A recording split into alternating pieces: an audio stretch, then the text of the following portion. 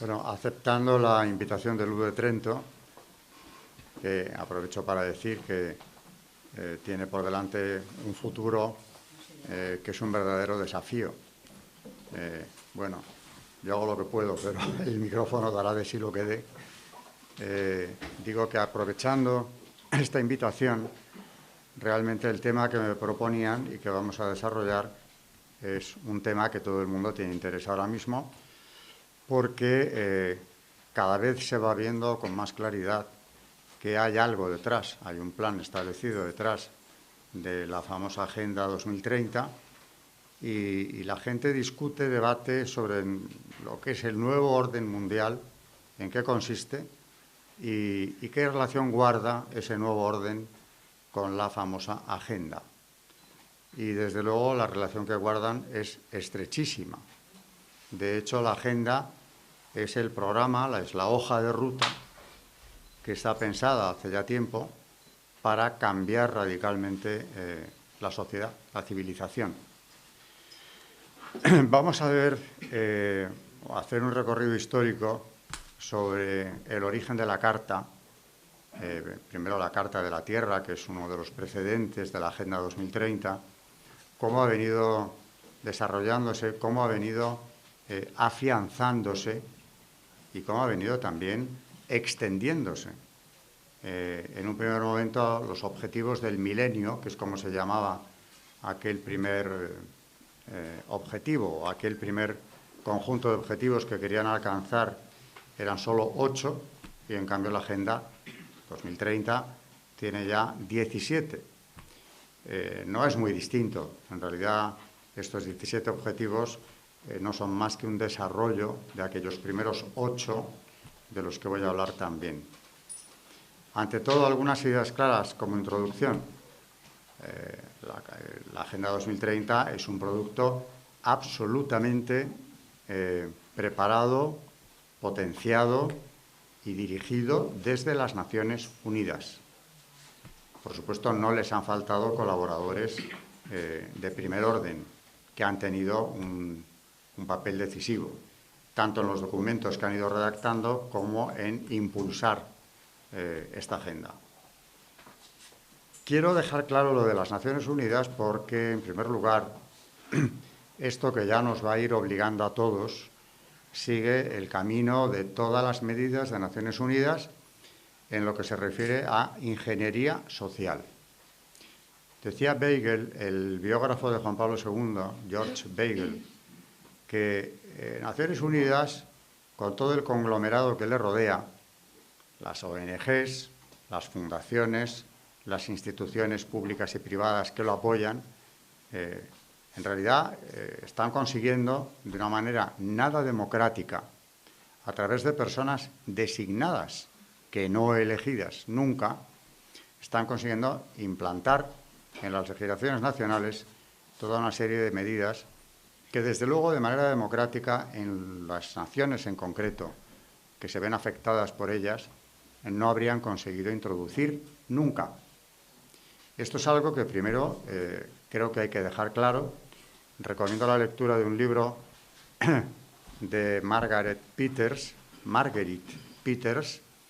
una activista provida que además tiene un gran peso internacional en los movimientos provida, cuyo título ya lo dice todo: Marión ética, los expertos de la ONU imponen su ley. Marionética hace referencia a las marionetas en que nos convierte Naciones Unidas a través de los llamados expertos. Los expertos de Naciones Unidas, es curioso, pero hay que ver quiénes son. En primer lugar, son personas designadas, insisto en ello, designadas por las diferentes agencias de este organismo. Nadie les ha elegido, nadie les ha dado un mandato más que la agencia en cuestión. Me da igual que sea UNESCO, UNICEF o la que sea. Y estos expertos son los que van diseñando la estrategia, los fines, objetivos y medios para alcanzarlos. De manera que cuando queremos darnos cuenta, tenemos unas directrices internacionales que en principio no nos afectan o no deberían hacerlo, igual que la Unión Europea, actúan al unísono. pero que finalmente estas directrices sirven para que los partidarios de esta ingeniería social consigan que finalmente se introduzcan en las legislaciones nacionales. Y aquí está el peligro, porque claro, esta ingeniería social nos viene desde arriba, pero, atención, nos viene impuesta. Los temas que se han ido implementando en todo Occidente son temas de tal calado, representan un cambio social y espiritual tan grande que hubieran sido merecedores de por lo menos un referéndum, aunque eso desde luego siempre se puede manipular, tenemos ejemplos constantes sobre el tema, pero darle por lo menos un aspecto de consenso nacional, como si el pueblo del que se trata estuviera de acuerdo o no en implementar semejantes cambios. Tales cosas no se hacen nunca, porque de hacerlo saben que el resultado, si de verdad hubiera transparencia, sería negativo en la mayor parte de los casos. De esa manera, poco a poco, han ido avanzando hasta llegar a conseguir, primeramente, lo que llamó Benedicto XVI. Hace poco ha habido un congreso aquí en Madrid, en la Universidad de CEU San Pablo, sobre su figura, y yo le mencionaba en mi ponencia porque hizo un diagnóstico muy certero. Primero, horas antes de convertirse en papa, 2005, habla de la dictadura del relativismo. Ya estaba impuesta. Eso ya lo que hace él es denunciar una realidad que ya estaba a principios del siglo totalmente asumida. Pero es una dictadura y por lo tanto es una mordaza, porque el que se oponga a esa dictadura, a ese relativismo moral, queda excluido socialmente. Y pasados unos años, hace 2, siendo ya Papa emérito, hablaba de algo que también llevé a la ponencia, que es el credo del anticristo. Ya no estamos en la dictadura del relativismo. Hombre, desde luego nos queda ese sustrato clarísimo. La exclusión social sigue siendo parecida a la de entonces, pero hemos llegado al credo del anticristo, porque a su biógrafo, a Peter Sebald, le dice que se va imponiendo una dictadura de dogmas anticristianos. Y es lógico tener miedo, dice también, a esta dictadura o a este credo del anticristo que se nos impone. Con esto lo que está haciendo es relacionar el relativismo y todas las estrategias de Naciones Unidas de las que vengo hablando en la introducción con ese credo del anticristo, porque ese credo no se hubiera podido consolidar nunca, de no ser porque ese relativismo ha hecho posible que toda una serie de planteamientos inimaginables hace tan solo 30, 40 años, ahora mismo sean ya también dictadura, esos dogmas del credo del anticristo, que también quien se atreva a estar en discordancia con él, con esos credos, con esos dogmas, conocerá la misma exclusión social que se conocía ya con no estar de acuerdo con el relativismo moral.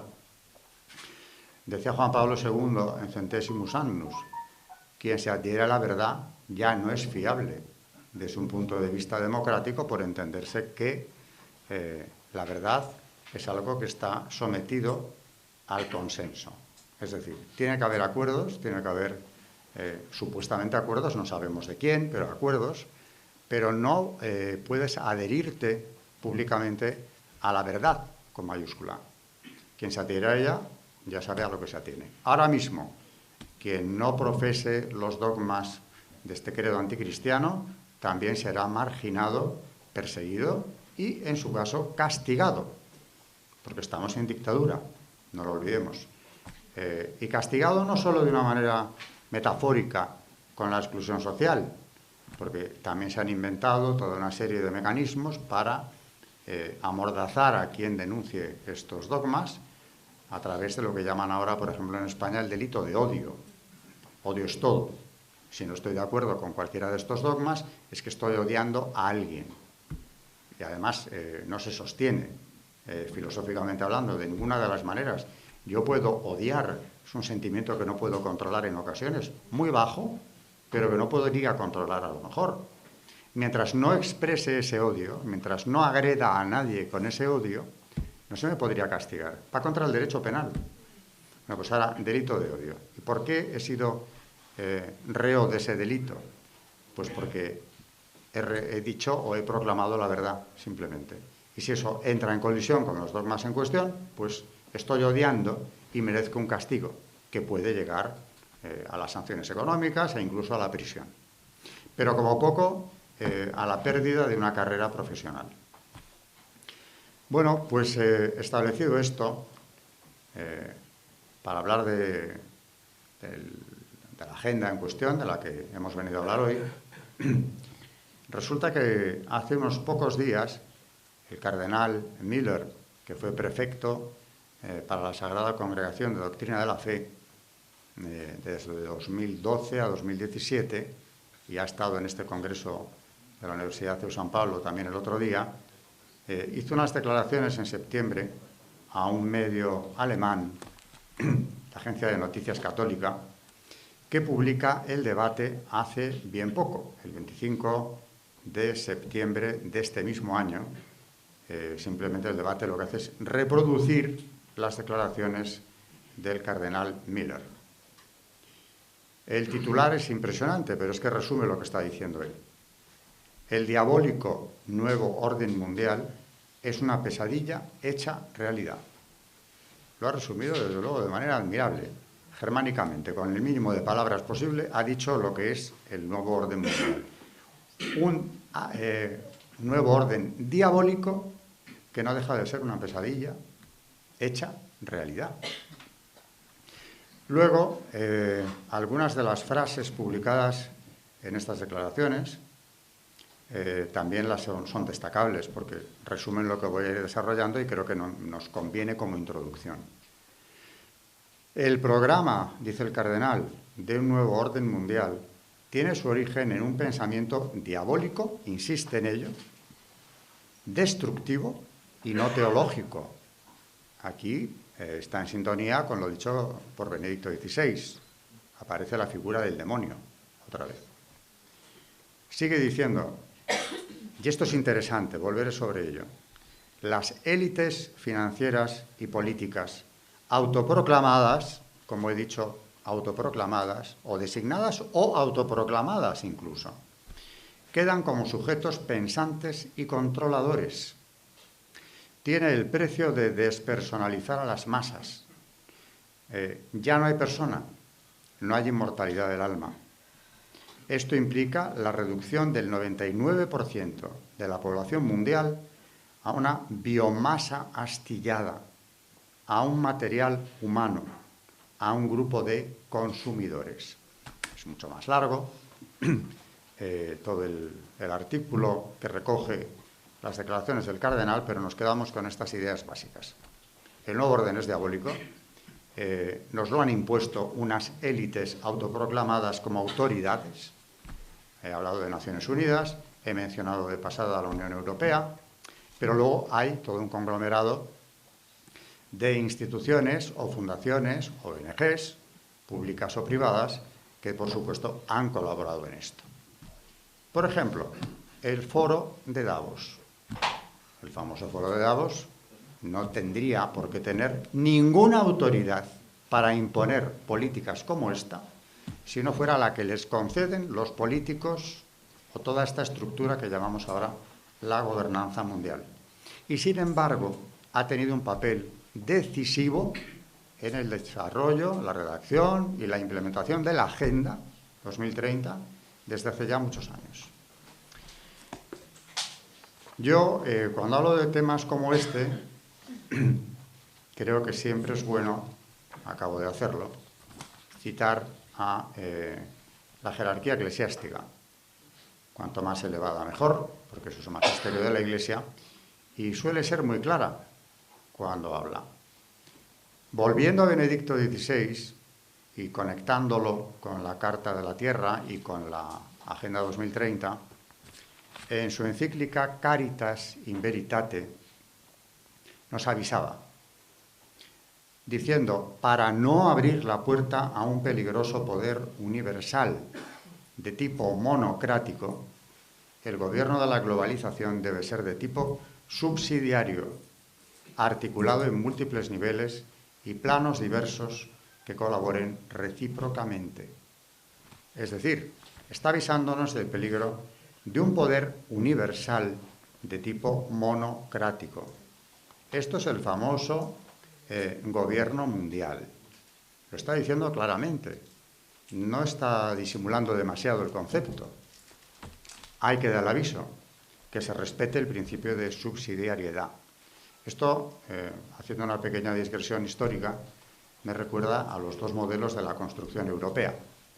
La construcción europea como un conjunto de estados que llegarían a ser uno solo. Para eso tenemos ya las instituciones europeas, van camino de serlo, aunque han tenido tropiezos grandes, con una constitución. Zapatero consiguió sacarla adelante en España, luego tropezó con el no de Francia y de Holanda y la constitución entonces no salió adelante. Pero bueno, siempre hay una segunda oportunidad para los globalistas y lo volvieron a intentar en Lisboa. Finalmente, Europa tiene prácticamente una constitución.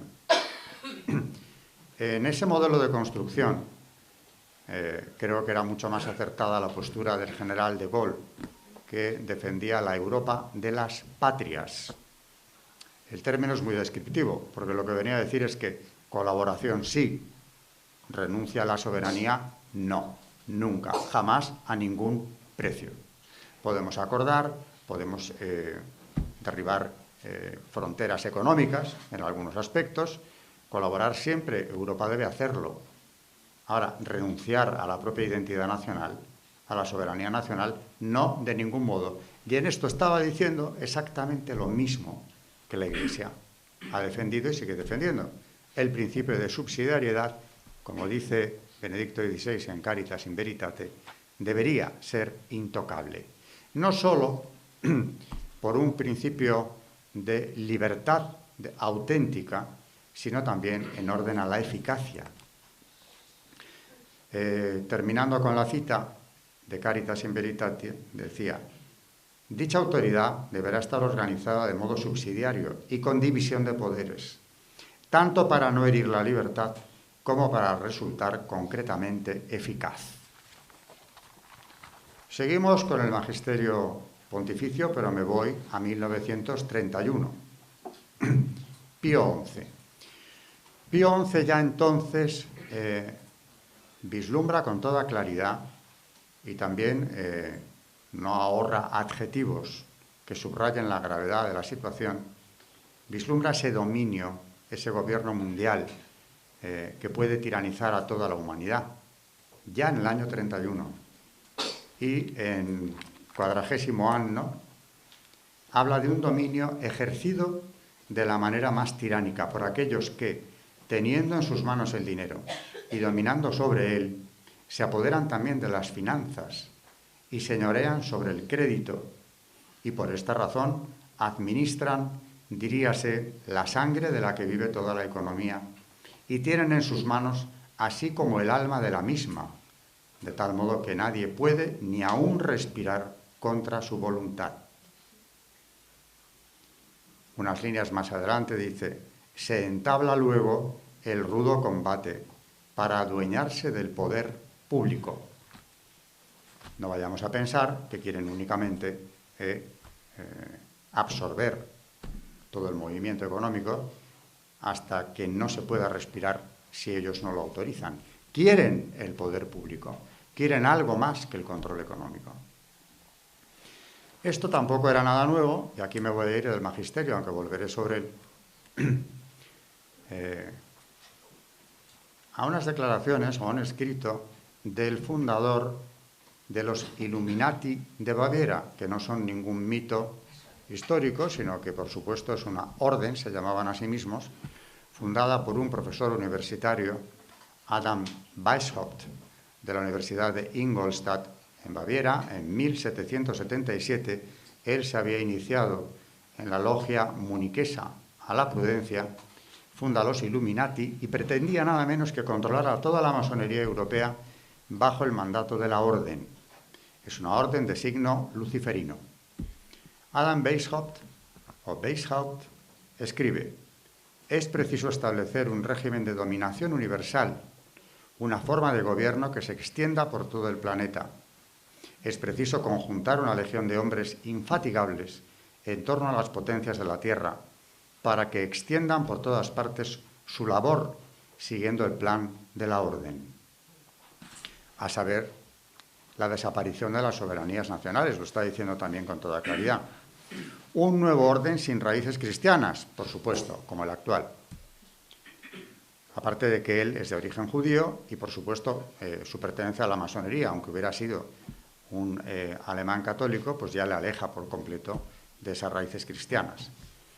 En 1784 los Illuminati se dispersan porque el duque reinante, Carlos Teodoro de Baviera, prohíbe en sus estados todas las sectas secretas, incluida la masonería y no digamos la orden de los Illuminati de Baviera. Queda la orden dispersa, el fundador tiene que pasar a otro estado alemán, donde va a seguir trabajando por conseguir la extensión de los Illuminati, ya con mucho menos éxito, pero lo va a seguir intentando. Hay dos ramas interesantes de los Illuminati, una pasa a Francia, y estos Illuminati franceses tendrán un papel destacado en la Revolución Francesa. No es que lo hagan ellos, que a veces se lo atribuyen. Bueno, se lo atribuye la secta masónica. Los Illuminati tienen un papel. Por ejemplo, Mirabeau, que es uno de los revolucionarios franceses de la primera hora, es uno de ellos.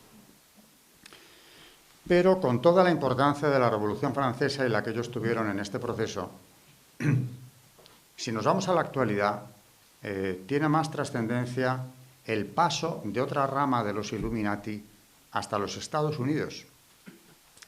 En 1785 se constituye allí una nación completamente nueva en aquel momento.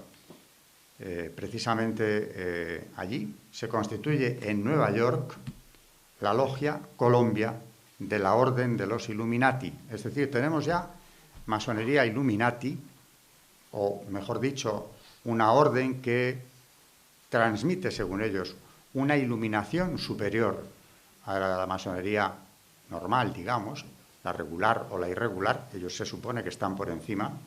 No olvidemos el signo luciferino de la misma. Y de esta Logia Colombia procede con el tiempo, o viene a surgir, la gran Logia Rockefeller, que ha tenido su sede muy cerca de la Quinta Avenida, bueno, muy cerca del centro del Rockefeller, en el edificio Tishman, donde estaban los 3 seises de la bestia, aunque ahora la sede se ha trasladado a New Jersey, ya no está allí ni está tan visible, pero sigue teniendo un papel fundamental en toda esta cuestión del nuevo orden mundial. Solo admite masones de altos grados que tengan algo importante que aportar, sino tampoco. La familia Rockefeller se ha distinguido en este proceso mundialista desde el principio. Pero bueno, cuando la Logia Colombia, es decir, Illuminati, se establece en los Estados Unidos, cuenta con grandes apoyos. No vayamos a pensar que son algo totalmente clandestino. Por ejemplo, Thomas Jefferson, en 1800, llega a calificar a Weishaupt de entusiasta filántropo. Damos un salto en el tiempo y ya en el siglo XX, finales, el 14 de septiembre del 94, David Rockefeller, no olvidemos que tiene su propia logia, que lleva su nombre, cuando el Consejo Empresarial de Naciones Unidas le otorga la medalla anual, en la cena de los embajadores, expone que el impacto negativo del crecimiento demográfico en los ecosistemas, ya estamos entrando en materia con la Agenda 2030, es uno de los principales problemas de aquel momento. Está hablando en el 94. Bueno, dejamos a los Illuminati y para terminar con el tema de la gobernanza mundial, que es algo de lo que se ha hablado mucho y no se tiene muy claro, yo he repetido incansablemente que una de las mejores definiciones, si no la mejor, además por lo resumida, la dio Monseñor Reich Pla en el año 14, precisamente en una carta pastoral que lleva el nombre de Llamar a las cosas por su nombre, de 24 de septiembre de 2014. El contexto hay que tenerlo en cuenta porque es el momento en el que el Partido Popular retira su proyecto de reforma del aborto sin dar explicaciones y además reniega precisamente de la persona a la que se le había encomendado que se ocupara del tema. Estoy hablando de Ruiz Gallardón, que sin comerlo ni beberlo se le había encomendado aquello y luego se hizo ostensiblemente rechazo de su persona por parte del propio presidente Rajoy. Bueno, en ese contexto de retirar la reforma, que nunca iba a ser, por supuesto, derogación de la ley, una reforma, una limitación del aborto. Dice Monseñor Rey Pla, obispo de Alcalá, que ha sido hasta hace muy poco. Ha llegado la hora de decir, con voz sosegada pero clara, que el Partido Popular es liberal, informado ideológicamente por el feminismo radical y la ideología de género, e infectado, como el resto de partidos políticos y sindicatos mayoritarios, por el lobby LGTBQ. Ya estaba en la última generación del lobby LGTB. Siervos todos, a su vez, de instituciones internacionales, públicas y privadas, para la promoción de la llamada gobernanza mundial. Atención al último párrafo. Al servicio del imperialismo neocapitalista, que ha presionado fuerte para que España no sea ejemplo para Iberoamérica y Europa de lo que ellos consideran un retroceso inadmisible en materia abortista. Es decir, esto no es una cuestión de izquierdas o derechas. Normalmente las izquierdas, lo que ahora han dado en llamar progresismo, que es arrogarse un adjetivo que no deberían utilizar, porque si analizamos lo que es el progreso, no sé qué tienen de progresistas, lo que es izquierda o extrema izquierda, ¿no? Pero luego resulta que las derechas han ido siempre consolidando, desde luego en España está claro, todas las medidas sociales de ingeniería social anticristiana que el PSOE iba por delante aprobando.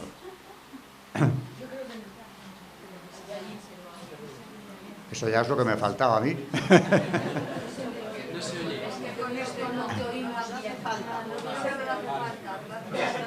Muchas gracias, pero si no, no oímos.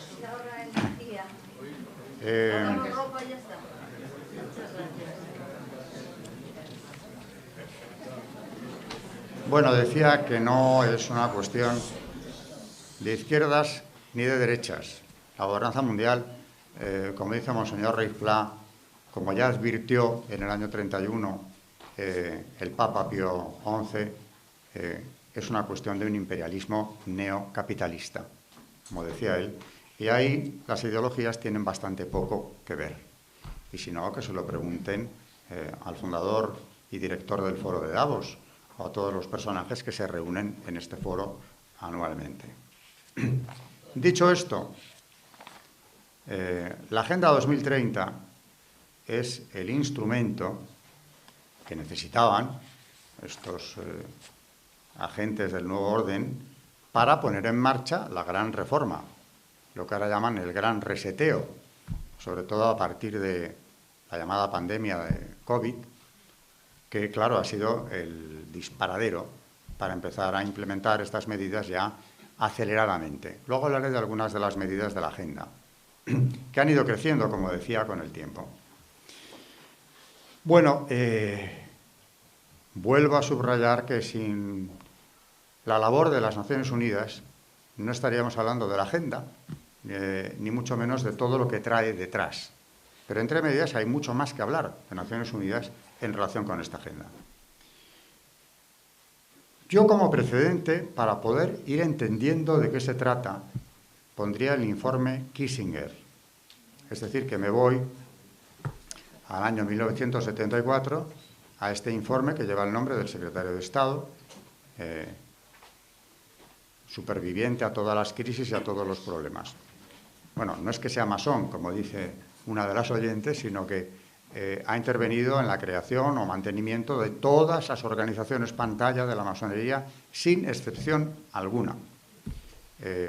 Aparte de que yo, ya que hablamos de ellas, diría que la principal de estas organizaciones pantalla hoy en día son las Naciones Unidas mismas. Bueno, hoy en día no, hace mucho tiempo. Pero luego hay otras de las que se habla más, como organizaciones pantalla, como es el Club Bilderberg, la Trilateral, el CFR norteamericano, el Instituto de Relaciones Externas, la Chatham House inglesa. Pero en el 74, Kissinger le presenta a Nixon un informe elaborado por un grupo de asesores, pero dirigido por él, donde viene a decir que se trata de hablar de la seguridad de los Estados Unidos. Y dice que una de las mayores amenazas para la seguridad del país es el crecimiento demográfico en los países tercermundistas. No por nada, sino porque ese crecimiento demográfico hace que escaseen las materias primas o que en un futuro lleguen a escasear si ese crecimiento se mantiene como hasta entonces, y si escasean serán más caras. Luego la economía americana se verá perjudicada. ¿Qué hay que hacer, por tanto? Pues como primera medida, reducir la población, controlar primero el crecimiento, y una vez que se haya conseguido esto, reducir la población. Y de aquí viene, o nos explicamos, el por qué inmediatamente se van a llevar a cabo políticas de condicionar las ayudas al tercer mundo al hecho de que estos países, sus gobiernos, acepten medidas contra la fertilidad. Ellos hablan mucho de la fertilidad. Desde las esterilizaciones masivas, que se han producido a veces sin conocimiento siquiera de los sujetos perjudicados, a veces sí, a cambio de prestaciones económicas, y desde luego la extensión del aborto al tercer mundo en proporciones verdaderamente asombrosas. Aunque no nos engañemos, porque estas políticas antinatalistas que estaban destinadas, en teoría, al tercer mundo, lo cual no deja de ser brutal, diabólico, inhumano, se han implementado también en Occidente. Luego, no perseguían solo conseguir ese decrecimiento poblacional en el tercer mundo, en el desarrollado también, y se ha hecho de la misma forma. Con alguna cierta mayor resistencia, en ocasiones, porque no podían comprar la esterilización de algunas personas, pero destinándole fondos impresionantes a que estas políticas se apliquen en Europa y en América también.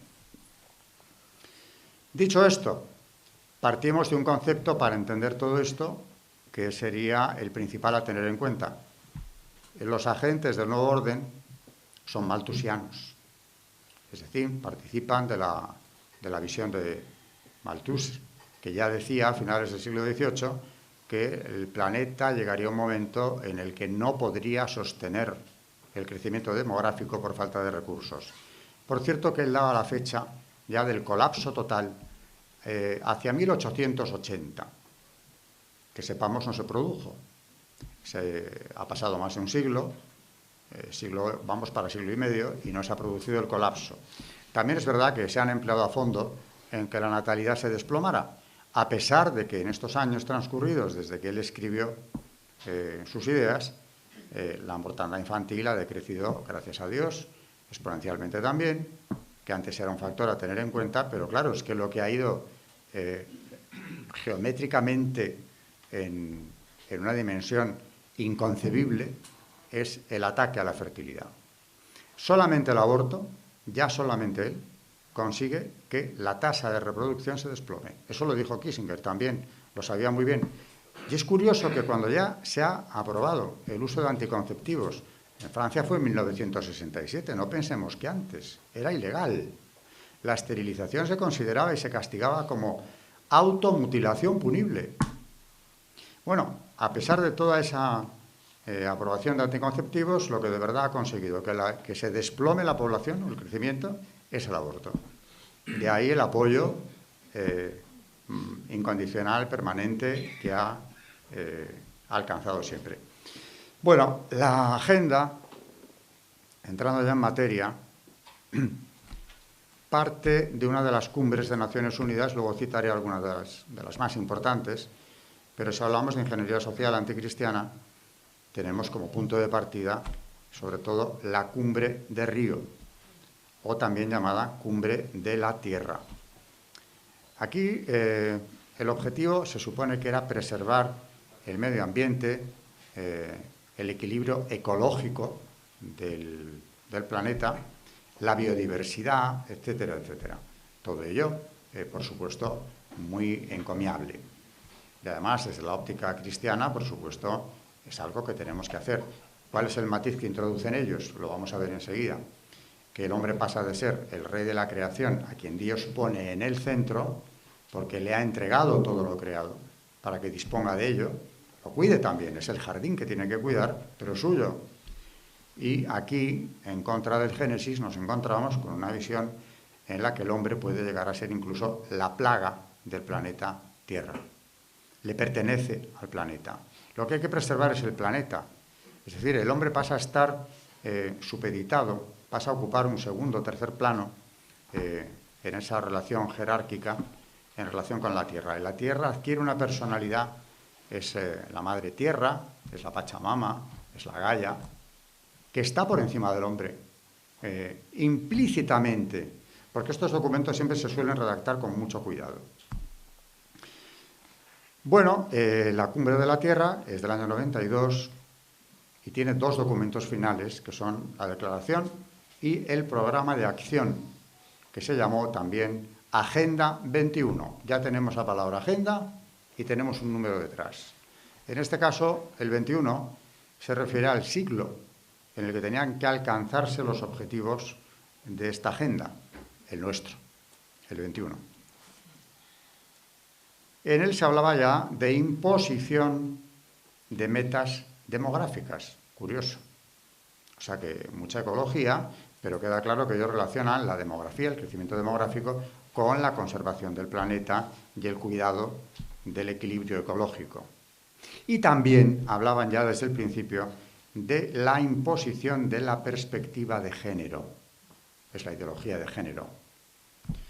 La ideología de género, ya veremos también cómo se ha ido introduciendo, por el mismo camino no democrático de, a través de las agencias de Naciones Unidas y la Unión Europea también, lo que son resoluciones acaban siendo leyes en muchos casos.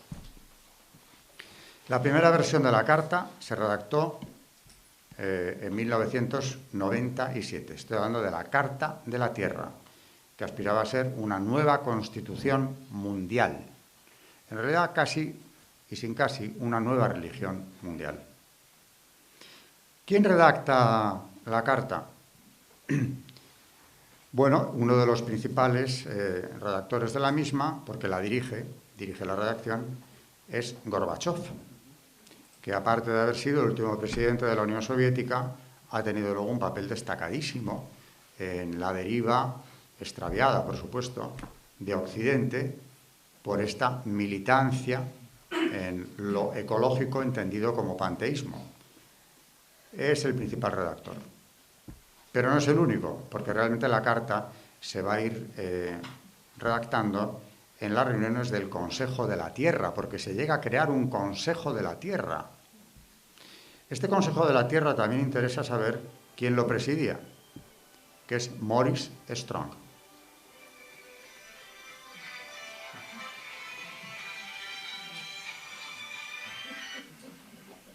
Maurice Strong, hay que saber que era entonces el subsecretario general de Naciones Unidas, secretario general de las conferencias de la ONU sobre medio ambiente, miembro del comité organizador del Foro de Davos, vamos conectando todas las cosas, y por supuesto, miembro del Club Bilderberg.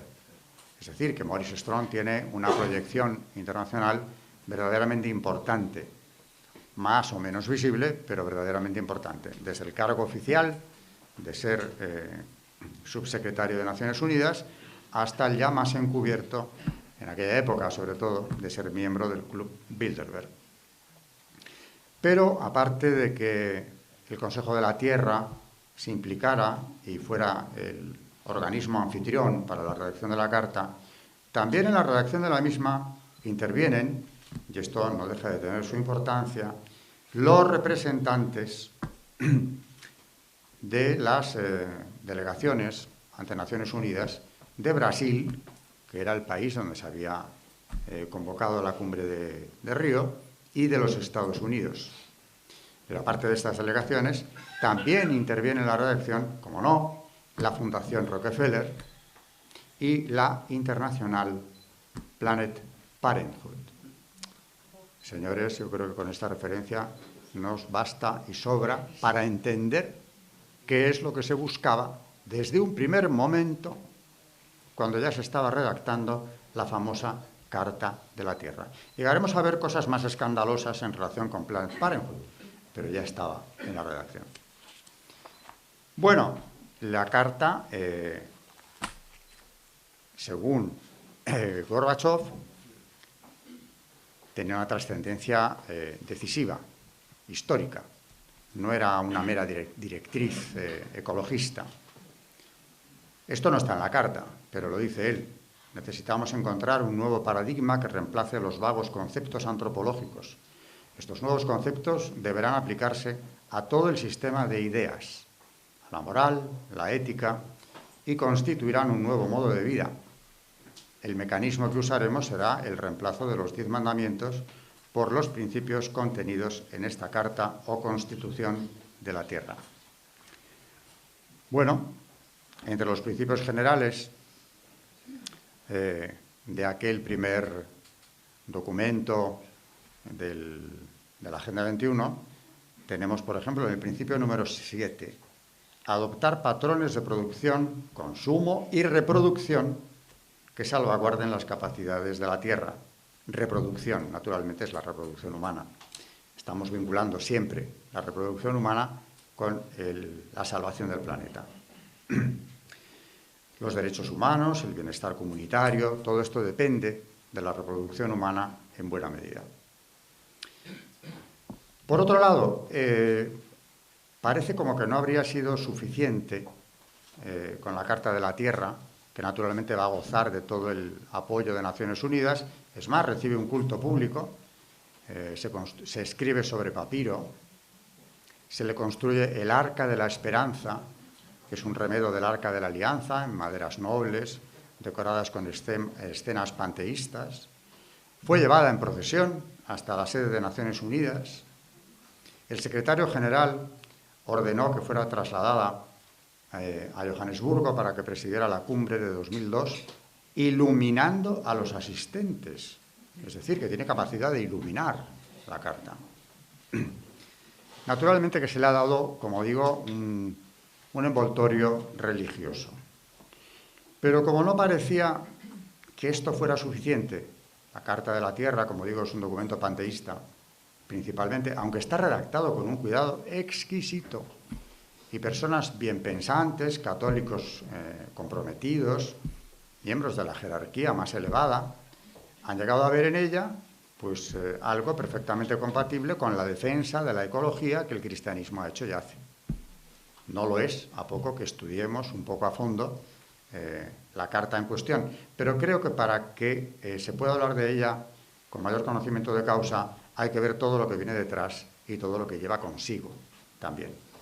No es casual que la carta empiece a redactarse en el 92, esté completada en el 97, en el 2000 ya se presenta en sociedad como algo que hay que tener en cuenta, con todo el apoyo de Naciones Unidas. Lo suscriben todos los representados en Naciones Unidas, pero por si algo faltará, solo de pasada diré que también en el 93 se lanza otro proyecto con el aval de las Naciones Unidas, que es la ética planetaria. Ética planetaria ya es más concreto. Aquí sí que estamos hablando de una cuestión mucho más espiritual, que atañe a lo religioso. También como la carta es el resultado de un estudio previo, realizado por varios pensadores que buscaban algo parecido a un consenso espiritual. El lugar donde se concibió fue el Parlamento de las Religiones del Mundo, ninguno mejor que este.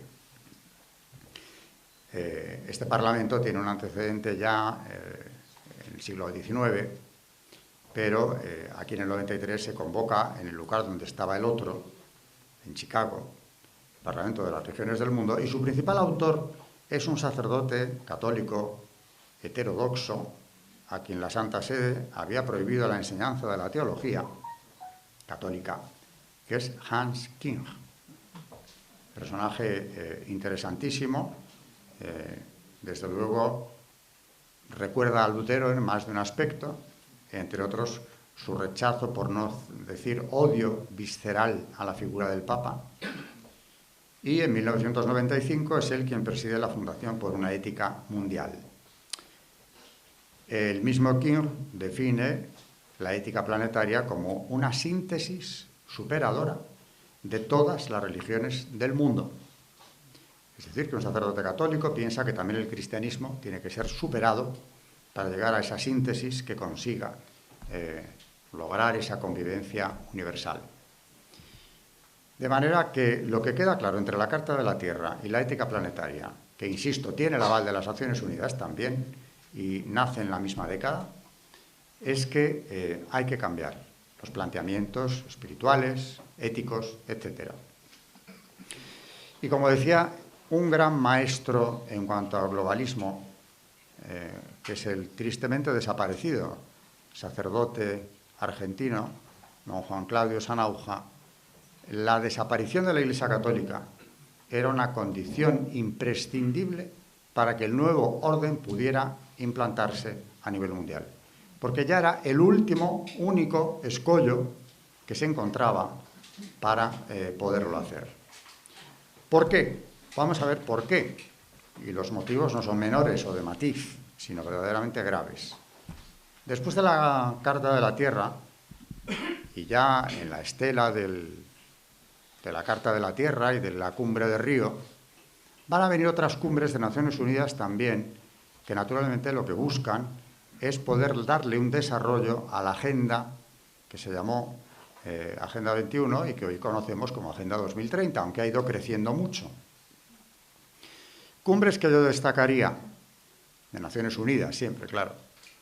La cumbre del Cairo, que siempre todo tiene una vestidura muy atractiva, un lenguaje cuidado, hasta que dejan de cuidarlo, porque cada vez lo han hecho menos, pero en un principio lo hacían con un poco de más esmero.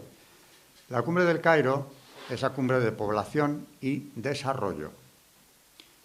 Suena como a que van a ocuparse de la población mundial, de su bienestar, de que van a buscar el desarrollo internacional. Hay que decir de paso que la solidaridad internacional ha brillado por su ausencia absolutamente siempre.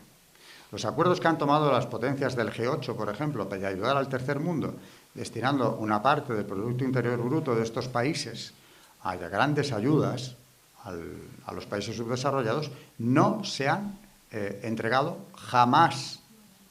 Se han tomado los acuerdos. Aquí, por ejemplo, en 2002, en Barcelona, se tomó uno de estos. Luego se acrecentó el porcentaje del Producto Interior Bruto que tenían que destinarse al tercer mundo. Nunca se ha entregado. Nunca, porque no les interesa, además.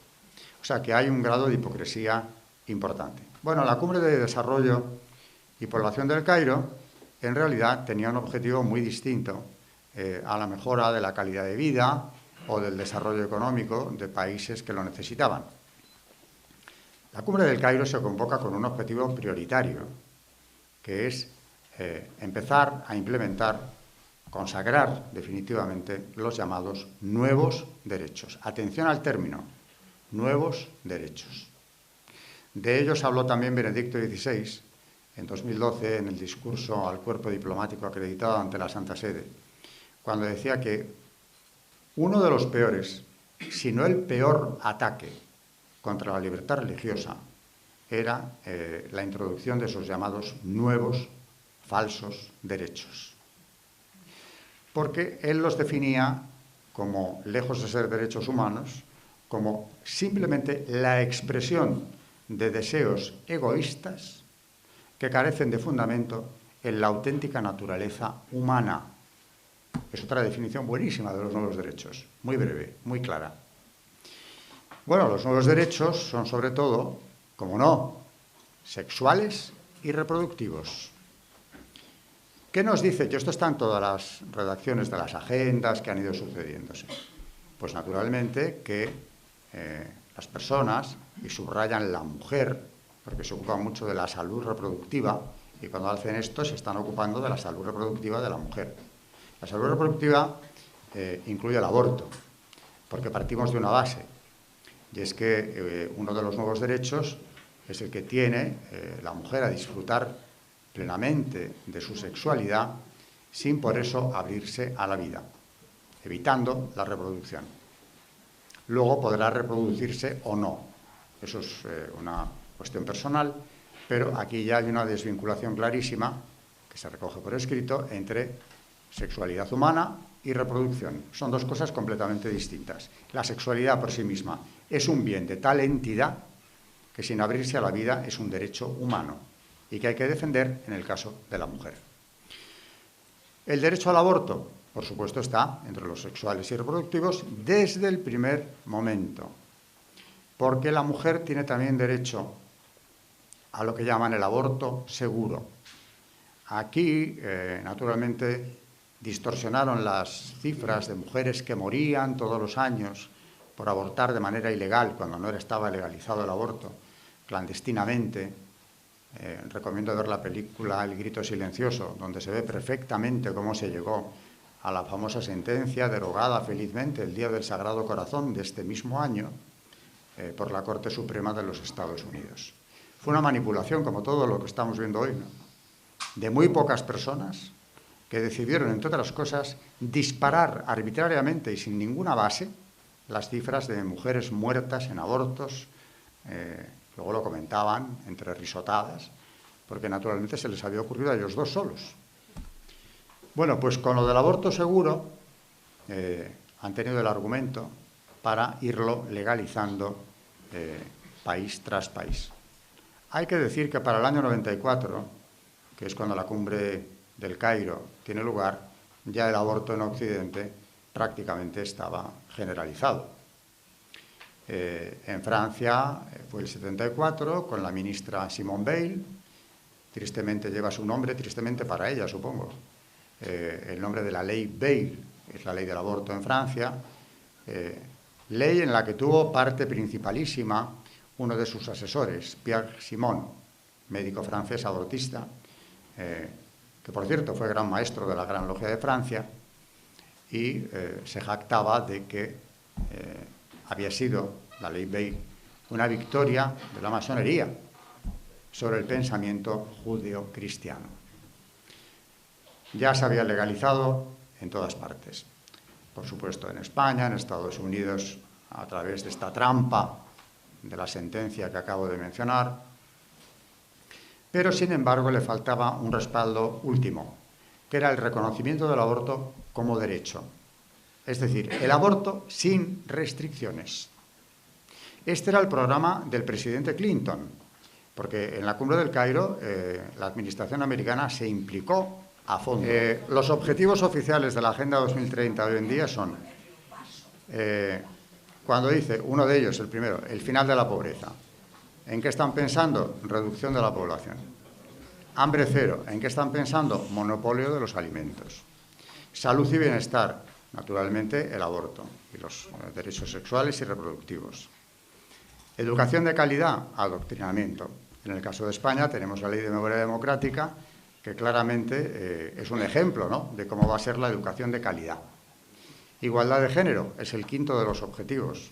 Esto, naturalmente, es introducir el feminismo radical en toda la legislación y vuelve a apoyar el aborto. Agua limpia y saneamiento. Privatización del agua. Energía asequible y no contaminante. Energía cara con impuestos verdes abusivos. Esto es lo que publicaba Eulogio López en Hispanidad el 4 de septiembre de este año. Es una comparación que él hace entre la verdad y lo que hay en los principios. Trabajo decente, industria, innovación e infraestructura. Aquí se puede colar perfectamente el transhumanismo, que es otra de las grandes amenazas que tenemos ahora mismo. La reducción de las desigualdades. Esto puede traducirse en leyes únicas para todos los países, lo que fomentaría, desde luego, lo de la gobernanza mundial. Producción y consumo responsable, alimentos transgénicos. Bueno, hay que decir que ya hoy en día la producción de alimentos, el mercado alimentario, el 60% está ya en manos de unas cuantas compañías internacionales. Quieren llegar a controlarlo por completo. El que controle la producción de alimentos tiene el control. La acción por el clima. Aquí hablan de rebajar la industrialización, la cruzada contra la energía nuclear, la reducción de la ganadería. Ya nos están diciendo que no hay que comer carne, etcétera, etcétera. la reducción de los transportes. Cuidado, que esto tiene ejemplos de que ya se está llevando a cabo esta directriz. Coche y avión. En abril del 21, la Asamblea Francesa ya aprobó que los vuelos domésticos quedaban suprimidos para no contaminar. Se ha calculado la contaminación que estos vuelos domésticos representan. Es el 4,2% de la contaminación total que puede venir por esta vía. Todo lo que esté a menos de 2 horas y media de tren, suprimido. Ahora van a por la aviación privada. 1 de cada 10 vuelos son privados, suprimidos también. En esto Francia ha sido pionera y el tema de los vuelos domésticos ya lo tiene aprobado, el otro están ahora. Con esto, ¿qué se ve perjudicado? El turismo. Tenemos menos movilidad, claramente, tenemos mayor control de la población. Vida submarina, para prevenir la contaminación. ¿Contra quién va esto? Contra las pequeñas explotaciones de pescadores, la pesca artesanal, que desaparecerá por completo, y con ello todo un sistema de vida, pero sobre todo un control también de los alimentos. Vida de ecosistemas terrestres, sostener los bosques, luchar contra la desertización, detener la pérdida de la biodiversidad. Vuelve a perjudicar a la ganadería, también a la caza, porque vendrán las restricciones de producción o de caza misma, mucha ecología, pero luego atención a lo que quieren de verdad. 16º y anteúltimo de los fines: paz, justicia e instituciones solidarias. Desarrollar la gobernanza mundial. Y por último, en el número 17, alianzas para lograr estos objetivos. Por si quedaba alguna duda, gobernanza mundial completamente asentada. Esto es lo que están potenciando y quieren que para dentro de 8 años esté ya perfectamente en marcha, no, implementado. Bueno, hemos terminado la conferencia.